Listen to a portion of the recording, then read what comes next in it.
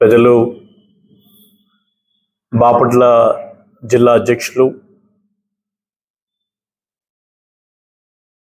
మాజీ మంత్రివర్యులు డాక్టర్ మేరుగా నాగార్జున గారి ఆధ్వర్యంలో వైఎస్ఆర్ కాంగ్రెస్ పార్టీ అధ్యక్షులు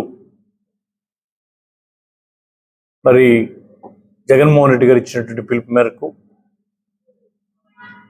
ఈ రాష్ట్రంలో మెడికల్ కాలేజీల ప్రైవేటీకరణకు వ్యతిరేకంగా పెద్ద ఎత్తున కోటి సంతకాల కార్యక్రమం దిగ్విజయంగా పూర్తి చేసుకొని బాపట్లకి మేము 60,000 అనుకుంటే 64,800 మంది సంతకాలు పెట్టారు. ఇంకా వస్తూనే ఉన్నాయి కొన్ని.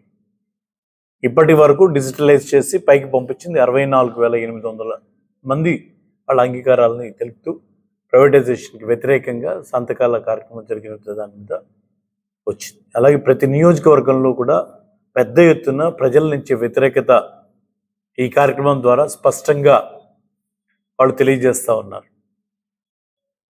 ఆ రోజు మీ అందరికి కూడా గుర్తు ఉండి ఉంటుంది, ఎన్ జనార్దన్ రెడ్డి గారి సమయంలో ఒక మెడికల్ కాలేజీని ప్రైవేటీకరణ చేస్తే ఆ రోజు ప్రజల నుంచి ఏ రకమైన ఉద్యమం వచ్చిందో, ఆ రోజు ఆయన తప్పుకోవాల్సిన ముఖ్యమంత్రి పదవి నుంచి తప్పుకోవాల్సినటువంటి పరిస్థితి ఎలాగ వచ్చిందో మర్చిపోలేదు ఎవరు కూడా.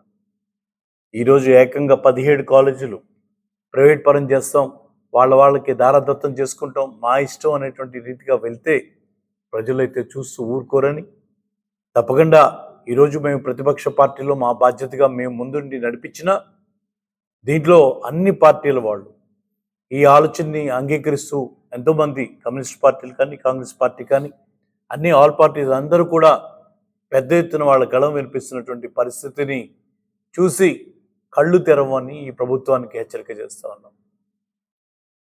ఇది మరింత తీవ్రతూపు, ఇది ఒక డెమోక్రటిక్ ప్రాసెస్లో వెళ్ళింది.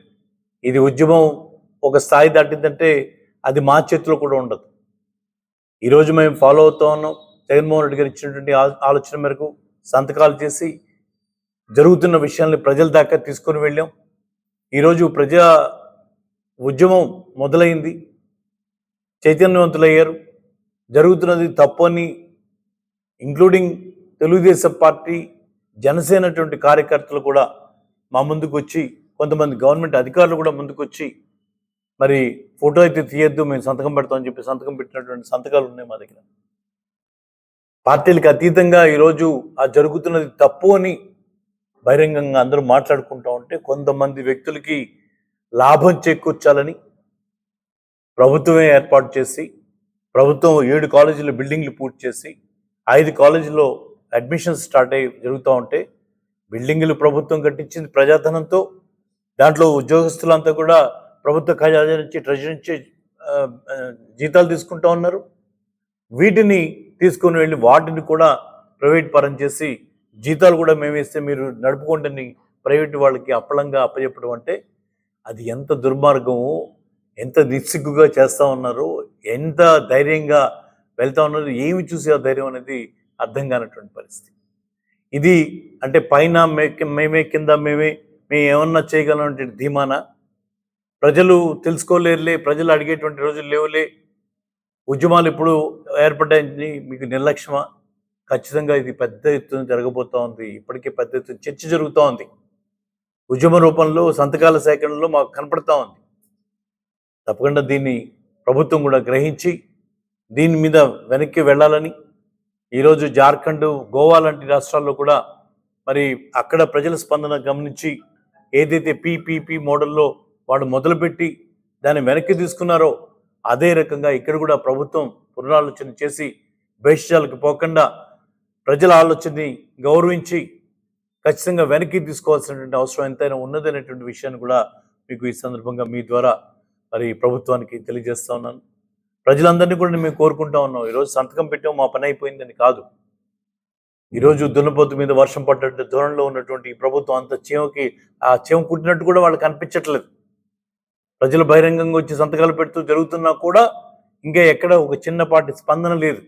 ఆలోచిస్తామని కానీ, అయితే దీన్ని ఎందుకు సమర్థిస్తున్నా అనేటువంటి విషయం మీద కానీ, దీనిలో ఉన్నటువంటి లోటుపాట్లు మేము ఎత్తి చూపించినా సరే వాళ్ళ స్పందన కరువైనటువంటి పరిస్థితుల్లో ప్రజలందరూ కూడా ఈ కార్యక్రమంలో ఇక్కడ మన జిల్లా బాపట్ల జిల్లా హెడ్ క్వార్టర్లో 13వ తారీఖు ఉదయం డిఎంపల్లి రాజశేఖర్ గారి విగ్రహం దగ్గర నుంచి ఆయనకి నివాళులు అర్పించి అక్కడి నుంచి మనం అంతా కూడా ర్యాలీగా చీల్ రోడ్ సెంటర్ దాకా వెళ్ళి అక్కడి నుంచి తాడేపల్లికి దాని ప్రయాణాన్ని సాగదీస్తామని, కాబట్టి ఈ కార్యక్రమంలో మా జిల్లా అధ్యక్షులు వారు చెప్పినట్టుగా దీంట్లో పార్టీలు చూడాల్సిన పని లేదు. ఇది ప్రజల కోసం చేస్తున్నటువంటి కార్యక్రమం. ఇదేదో వైఎస్ఆర్సీపీకి ఏదో పెద్ద కిరీటం వచ్చేదని కాదు, ఆ కిరీటాల కోసం నుంచి కాదు. జగన్మోహన్ రెడ్డి గారు ఏ పని చేపట్టినా దానికి ఒక ప్రణాళిక ఉంటుంది, దాంట్లో ఎటువంటి ఒక నిబద్ధత ఉంటుంది. ప్రజల పక్షాన నిలబడేటువంటి ఆలోచనతోనే ఆయన ఏ పని చేసినా చేస్తారు. ఊరికినే ఏదో విమర్శించాలని విమర్శించడం కాదు. ఈరోజు జరుగుతున్న దానిలో ఎవరైతే సంతకాలు పెట్టామో ఆ సంతకాలు పెట్టిన వాళ్ళు ఒక 4 అడుగులు ఆ రోజు మాతో పాటుగా డిఎంపల్లి నుంచి చీల్ రోడ్ సెంటర్ దాకా మీరందరూ కూడా వెహికల్స్ ఉన్న వాళ్ళు వెహికల్లో, నడిచే చోళ్ళు నడిచి ఆ రోజు మనం మనతో కొంత మద్దతు దీన్ని కూడగట్టడానికి ప్రయత్నం చేద్దామని, ఆ రకంగా ఈ ప్రభుత్వం కళ్ళు తెరిపించడానికి మరొక ప్రయత్నం అందరం కలిసి సమిష్టిగా చేద్దామని, తప్పకుండా 13వ తారీఖు ఉదయం 10 గంటలకి డిఎంపల్లి దగ్గర అందరం కూడా కూడి అక్కడి నుంచి ఈ కార్యక్రమం చేపడదామని చెప్పి మీ ద్వారా ప్రజలందరికీ కూడా, ప్రత్యేకంగా బాపట్ల ప్రజలకి, మనం ఎంతో కష్టపడి సాధించుకున్నటువంటి ఈ బాపట్ల మెడికల్ కాలేజ్, బాపట్ల చరిత్రని ఇక్కడ ఒక గేమ్ చేంజర్ లాగా ఈ బాపట్ల ఎకానమీని నిలబెట్టేటువంటి కార్యక్రమం. గతంలో కూడా ఎన్నో సందర్భాల్లో చెప్పాను.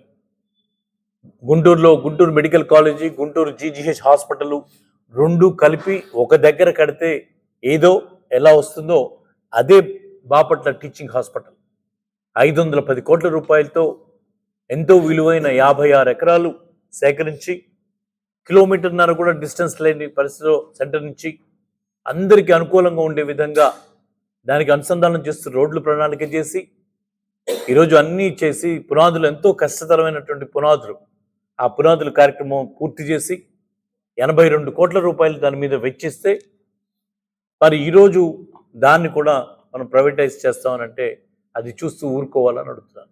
ఇదంతా ప్రజాధనం, పేద ప్రజలది, మధ్యతరగతి కుటుంబీకులది. ఈరోజు వచ్చేటువంటి డబ్బుతో అంతంత మాత్రంగా ఉన్నటువంటి పరిస్థితిలో మనం దాచిపెట్టుకున్న డబ్బులో సింహభాగం ఆరోగ్యం మీద ఖర్చు అవుతున్నటువంటి క్రమంలో ఈరోజు బాపట్ల మరి బీజీహెచ్, బాపట్ల జనరల్ హాస్పిటల్ మరి పెద్ద ఎత్తున రాబోతూ ఉంటే దానికి అడ్డుపడేటువంటి విధంగా, దాన్ని సమయం దాటేసే విధంగా, లేదా దాంట్లో సంపాదనే ధ్యేయంగా ప్రైవేట్ పరం చేస్తూ ఉంటే చూస్తూ ఊరుకోవటం సమంజసం కాదని, ఇది ప్రజల హక్కుగా భావించి ప్రతి ఒక్కళ్ళు కూడా కథలు రావాలని, ఒక పక్క పిల్లల భవిష్యత్తు, ఆ పిల్లలు చదువుకోవటానికి కావాల్సినటువంటి మరి అటు టీచింగ్ హాస్పిటల్లో మెడికల్ కాలేజ్ కానీ, పారామెడికల్ కాలేజ్ కానీ, నర్సింగ్ కాలేజ్ కానీ అన్నీ కూడా ఒకటే దగ్గర, ఒకటే గొడుగు కిందకి వస్తున్నటువంటి క్రమంలో ఈ అద్భుతమైనటువంటి అవకాశాన్ని ఖచ్చితంగా మనం అందరం కూడా, ఇది మనది, మన బాపట్ల కాలేజీ, దీన్ని కాపాడుకోవాల్సినటువంటి బాధ్యత మన మీద ఉంది, ఇది గవర్నమెంట్ సెక్టర్లో ఉంటేనే మన అందరికి కూడా ఉపయోగపడుతుంది అనేటువంటి ప్రతి ఒక్కళ్ళు కూడా ముందుకు రావాలని చెప్పి ఈ సందర్భంగా మేము కోరుకుంటా ఉన్నాను.